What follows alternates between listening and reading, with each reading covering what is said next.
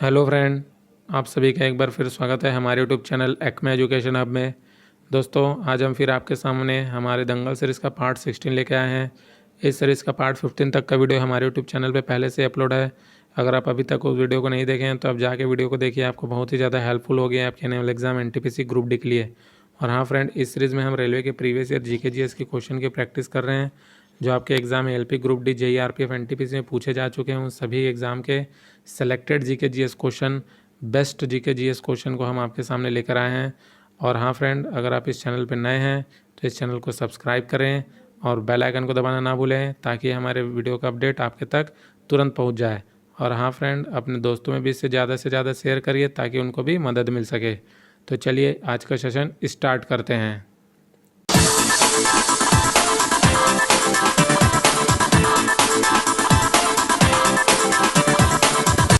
आज का पहला क्वेश्चन है 1 horse power is, 1 horse power किसके बराबर होती है। तो देखिए फ्रेंड, ये रेलवे का क्वेश्चन है, बहुत ही आसान क्वेश्चन है। रेलवे ज़्यादा टफ क्वेश्चन पूछता भी नहीं है। तो पहला ऑप्शन है 764 वाट, दूसरा ऑप्शन है 786 वाट, तीसरा है 768 वाट, चौथा है 746 वाट। इस क्वेश्चन का सही आंसर हो जाएगा option number 4, 746 watt. 1 horse power equal to 746 watt होता है। ओके फ्रेंड, नेक्स्ट क्वेश्चन देखते हैं। One of the most destructive volcano in recent time has been the Kilauea volcano, where it is located. हाल ही के दिनों में सबसे विनाशकारी ज्वालामुखियों में से एक किलाऊ ज्वालामुखी रहा है। यह कहाँ स्थित है? तो आपको बताना है किलाऊ ज्वालामुखी कहाँ पर है। पहला है वियतनाम, दूसरा है जापान, तीसरा है स्पेन, चौथा है हवाई। तो आपको पता है जापान और हवाई में बहुत सारे वॉल्केनो हैं, लेकिन ये जो वॉल्केनो किलाऊ वॉल्केनो ये है हवाई। फोर्थ ऑप्शन हवाई में स्थित है। अब बहुत ही ज़्यादा एक्टिव वॉल्केनो है फ्रेंड, बहुत ज़्यादा ये एक्टिव वॉल्केनो है। तो आपको वॉल्केनो इंपॉर्टेंट वॉल्केनो भी याद रख के पढ़ के जाना है आपके एग्जाम में। ओके फ्रेंड, नेक्स्ट क्वेश्चन देखते हैं। Which of the following is necessary to maintain the number of individual of species and to prevent their extinction. प्रजातियों की व्यक्तिगत संख्या को बनाए रखने और उनके विलोपन को रोकने के लिए निम्नलिखित में से कौन सा आवश्यक है। पहला है रेस्पिरेशन आवश्यक है, दूसरा सर्कुलेशन है, तीसरा रिप्रोडक्शन है, चौथा डाइजेशन है। इस क्वेश्चन का सही आंसर है रिप्रोडक्शन। अगर रिप्रोडक्शन होते रहेगी तो कोई भी जो हमारे स्पीसीज हैं वो एक्सटिंक्ट नहीं होंगे। तो इसलिए इस क्वेश्चन का सही आंसर हो जाएगा reproduction, third option. Next question देखते हैं। Which of the following gases make bread और cake rise making them soft and spongy. निम्नलिखित गैसों में से किसी वजह से ब्रेड या केक फूलता है और नरम और सुगंधित बन जाता है। चार ऑप्शन आपके सामने है। पहला है H2, दूसरा है CO, तीसरा है CO2, चौथा है O2। इस क्वेश्चन का सही आंसर है ऑप्शन नंबर 4, CO2। जब हम ईस्ट डालते हैं फ्रेंड, आपको पता है बेकरी के प्रोडक्ट में ईस्ट डाला जाता है।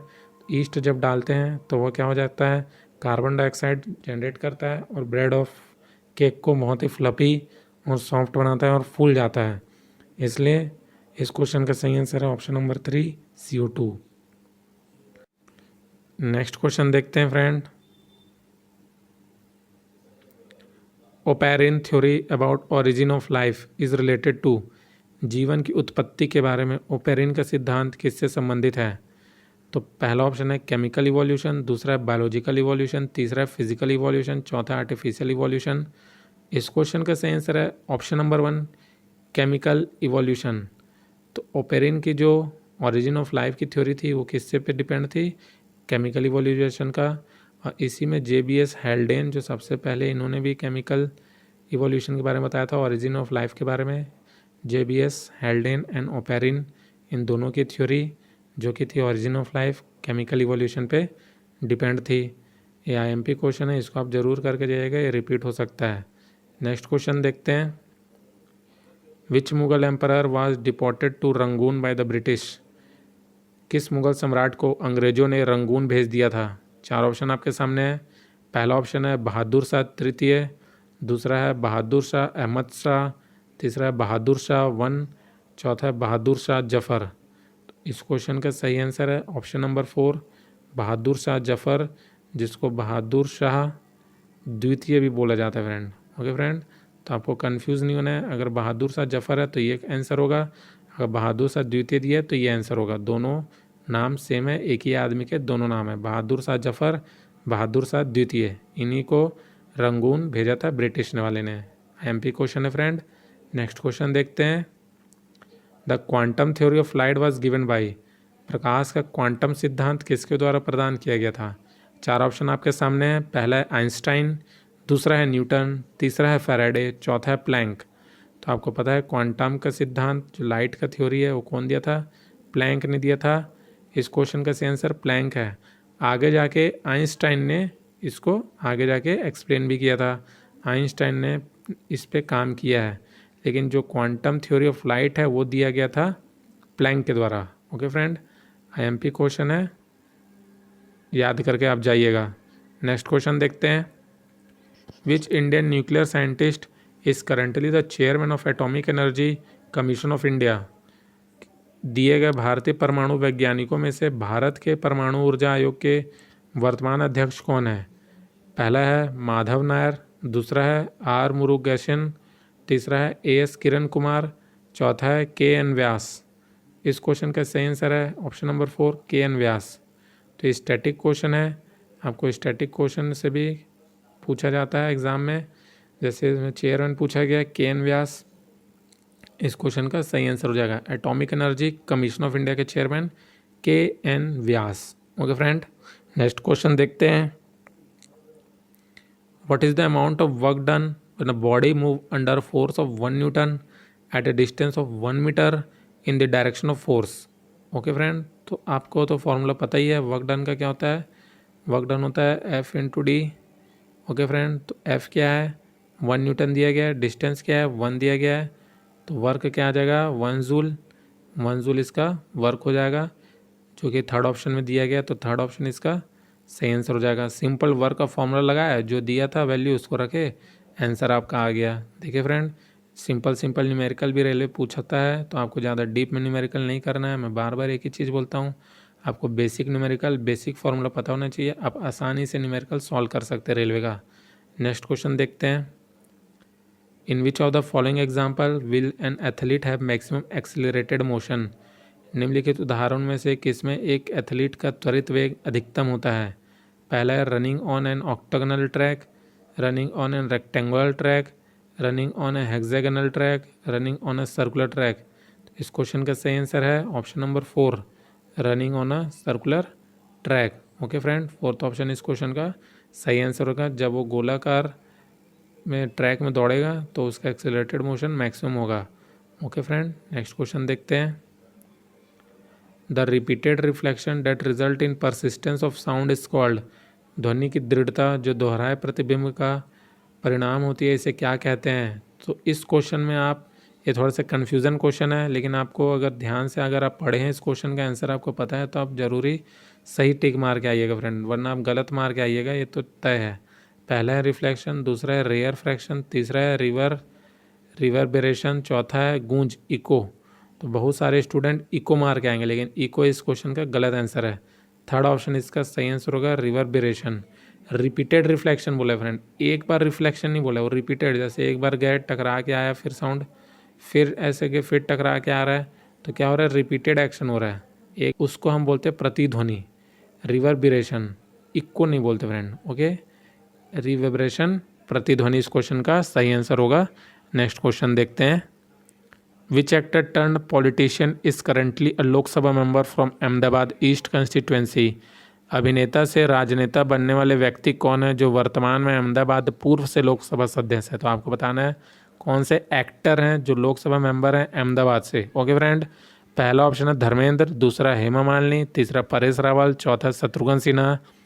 तो इस क्वेश्चन का सही आंसर है ऑप्शन नंबर 3 परेश रावल। परेश रावल हैं लोकसभा मेंबर अहमदाबाद ईस्ट से, और इनकी पार्टी का नाम है BJP, Bharatiya Janata party. Okay friend, ये भी आपको याद रखना है।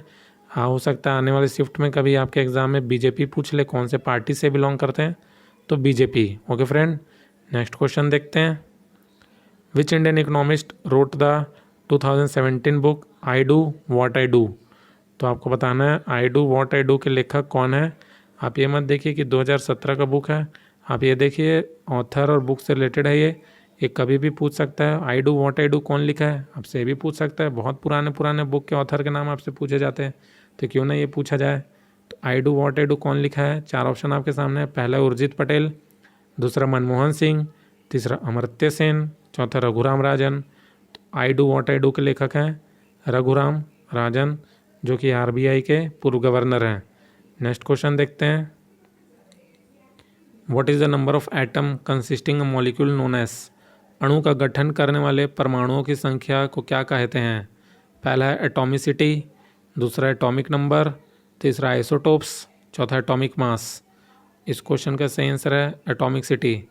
हम इस क्वेश्चन का आंसर प्रीवियस ईयर जो पार्ट हम कर रहे हैं, कोई एक पार्ट में हम इसका सेम टू सेम क्वेश्चन ये रिपीट हो चुका है, तो ये रिपीटेड क्वेश्चन है। अब देखिए फ्रेंड, कोई शिफ्ट का क्वेश्चन इस शिफ्ट में फिर से रिपीट हो चुका है।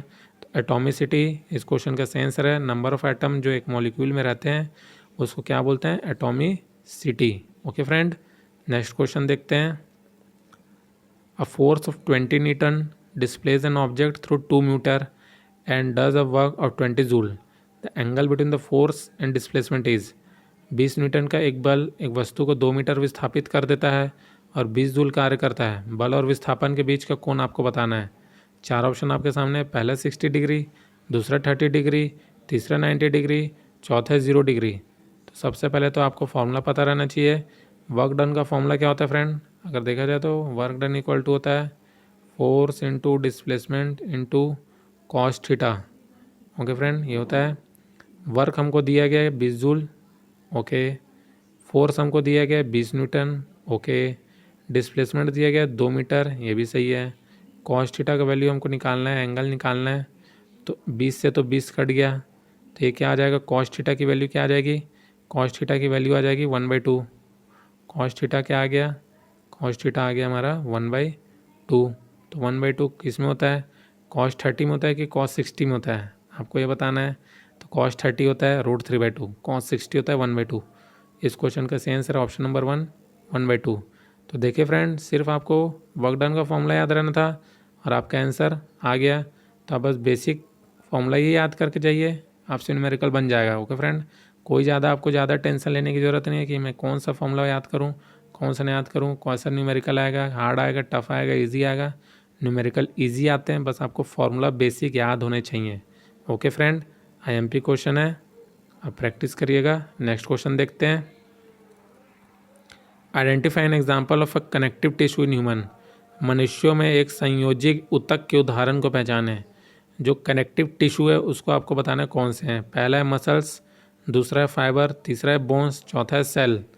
तो इस क्वेश्चन का सही आंसर होगा थर्ड ऑप्शन बोन। बोन इस क्वेश्चन का सही आंसर हो जाएगा फ्रेंड।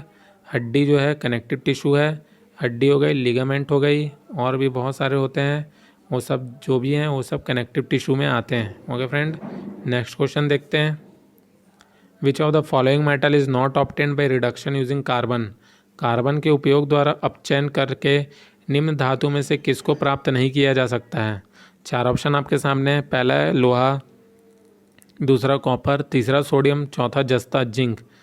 तो कार्बन के रिडक्शन से हम लोहा प्राप्त करते हैं, कॉपर प्राप्त करते हैं, जस्ता प्राप्त करते हैं, लेकिन हम सोडियम प्राप्त नहीं करते हैं। ओके फ्रेंड, इस क्वेश्चन का सही आंसर होगा सोडियम प्राप्त नहीं होता है और एल्यूमिनियम भी प्राप्त नहीं होता है। यह क्वेश्चन इसी 2 ऑप्शन में पूछा जाता है, तो आपको याद रखना है कि सोडियम और एल्यूमिनियम प्राप्त नहीं होता है। बाकी आयरन, कॉपर और जस्ता जिंक ये तीनों प्राप्त होते हैं, लेकिन सोडियम एल्यूमिनियम प्राप्त नहीं होता है कार्बन के रिडक्शन से। ओके फ्रेंड, याद रखिएगा। नेक्स्ट क्वेश्चन है।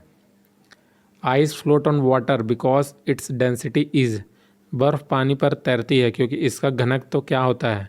पहला है पानी से अधिक होता है, दूसरा है पानी से समान होता है, तीसरा है पानी से कम होता है, चौथा है शून्य होता है। तो अगर बर्फ़ का घनत्व डेंसिटी पानी से ज़्यादा हो जाएगा तो क्या हो जाएगा, वो डूब जाएगा। ओके फ्रेंड, अगर पानी के समान होगा तो आधा डूबा रहेगा, आधा उठा रहेगा। ओके फ्रेंड, अगर पानी से कम होगा तो ऊपर तैरते रहेगा। इस क्वेश्चन का सही आंसर क्या हो जाएगा, third option less than water, पानी से कम होता है तभी वो तैरेगा। ओके फ्रेंड, IMP क्वेश्चन है। इस क्वेश्चन का रिपीट बहुत ज़्यादा चांसेस है होने का, तो आप इसको याद करके जाइएगा। नेक्स्ट क्वेश्चन देखते हैं। तीसरे आवर्त के तत्वों में कक्षाओं की संख्या डैश होती है। Dash is the number of cell for element of third period. Third period में कितने नंबर ऑफ सेल होते हैं आपको ये पूछा है। तो पहला ऑप्शन है 1, दूसरा 2, तीसरा 0, चौथा 3। इस क्वेश्चन का सही आंसर हो जाएगा ऑप्शन नंबर 4, 3। जैसे आप देखिए सोडियम, सोडियम का होता है थर्ड पीरियड में होता है सोडियम Na होता है सोडियम, उसका एलिमेंट 11 होता है नंबर। तो क्या होता है 2, 8, 1। ओके फ्रेंड, तो ये कितना हो गया 1, 2, 3, 3 सेल होते हैं इसमें। तो फोर्थ ऑप्शन 3 इस क्वेश्चन का सही आंसर होगा। नेक्स्ट क्वेश्चन देखते हैं। If a current of 1.5 ampere is maintained in a resistor of 10 ohm then the energy dissipated in the resistor in 1 minute will be. यदि 10 ओम की एक प्रतिरोधक में 1.5 एम्पियर की विद्युत धारा बनी रहती है तो 1 मिनट में निष्कासित ऊर्जा की मात्रा कितनी होगी। तो आपको यह बताना है फ्रेंड। इस शिफ्ट में थोड़ा ज़्यादा न्यूमेरिकल आए हैं, कम से कम 4-5 न्यूमेरिकल अभी तक हम कर चुके हैं फ्रेंड। इसलिए आप देखिए कि न्यूमेरिकल भी आपके लिए बहुत ही ज़्यादा एमपी हो जाता है। न्यूमेरिकल भी कोई कोई शिफ्ट में पूछा जाता है फ्रेंड। तो इसमें हम फॉर्मूला लगाएंगे एच होता है एनर्जी। ओके फ्रेंड, इसमें एनर्जी डेसिपेटेड ही बोला है, HE ये सब एनर्जी के फॉर्म होते हैं। एच का होता है I² RT, यह फॉर्मूला होता है I² RT। तो आई का स्क्वायर करेंगे क्या है 1.5 का स्क्वायर करेंगे 1.5 का स्क्वायर, आर आपको 10 दिया है, टाइम 1 मिनट 60 सेकेंड। जब आप इसको सॉल्व करेंगे तो आपका आंसर आएगा 1350। कितना आ जाएगा 1350 वाट। ओके फ्रेंड, एनर्जी होता है वाट या जूल, लेकिन यहाँ पे तो वाट दिया गया है तो वाट में मारेंगे तो 1350 सेकंड ऑप्शन इस क्वेश्चन का सही आंसर होगा।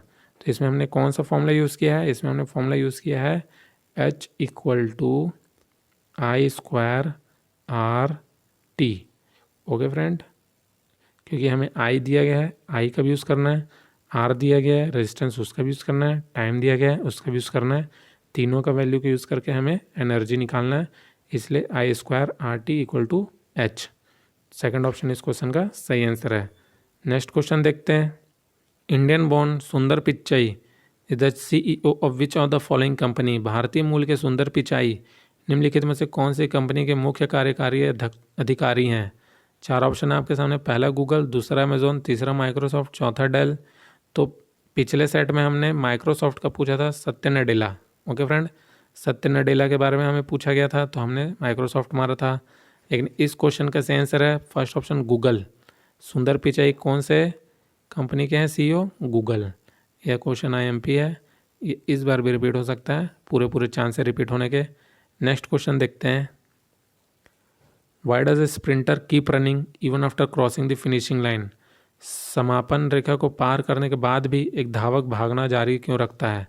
पहला ऑप्शन है he want to make sure that he cross the line. First option है he want to make sure that he cross the line. दूसरा inertia of rest, take some time to make him stop. तीसरा inertia of motion, keep him moving. चौथा friction between his shoe and the ground cause him to move beyond the line. इस question का सही answer है option number 3। गति की जड़ता उसे आगे बढ़ाती है, क्योंकि फ्रेंड धावक क्या होता है बहुत तेज़ी से दौड़ते हैं। ओके फ्रेंड, तो एक उनमें क्या होता है मोशन बना हुआ रहता है, एक उनमें जड़ता, गति का जड़ता बना हुआ रहता है। इसी के कारण वो क्या थोड़ा आगे तक और भाग के जाते हैं और फिर आगे जाके रुकते हैं।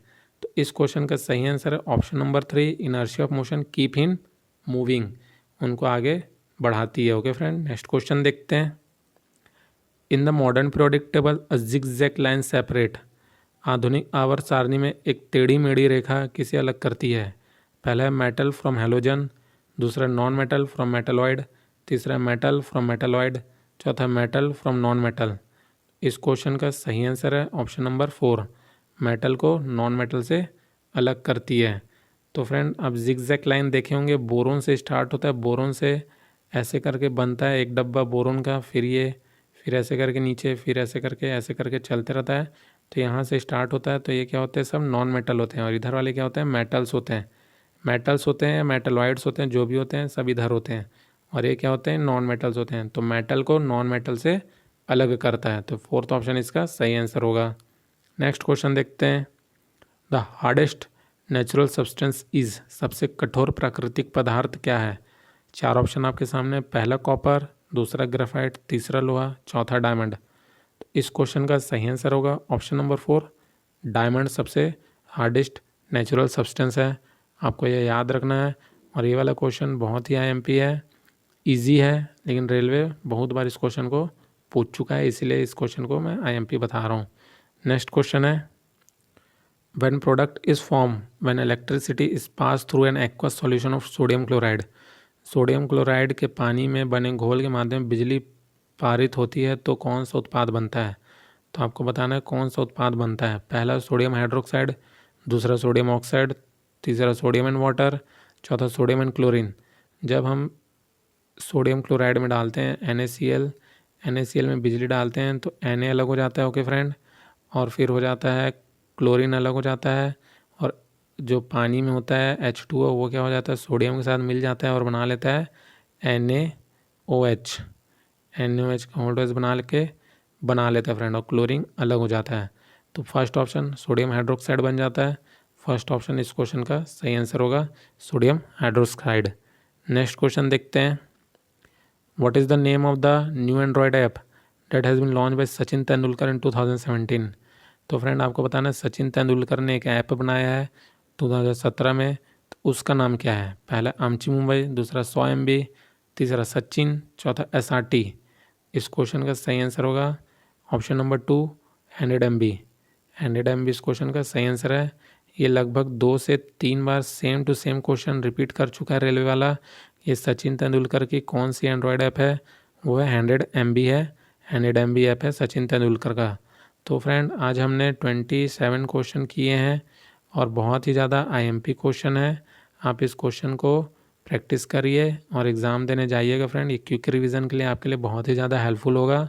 और हाँ फ्रेंड, इससे बहुत सारे क्वेश्चन आपके एग्ज़ाम में रिपीट होने के पूरे चांस हैं, इसलिए आप इस सेशन को मत छोड़िए और ज़्यादा से ज़्यादा शेयर करिए अपने फ्रेंड में ताकि उनको भी मदद मिल सके। तो चलिए आज का सेशन यहीं एंड करते हैं।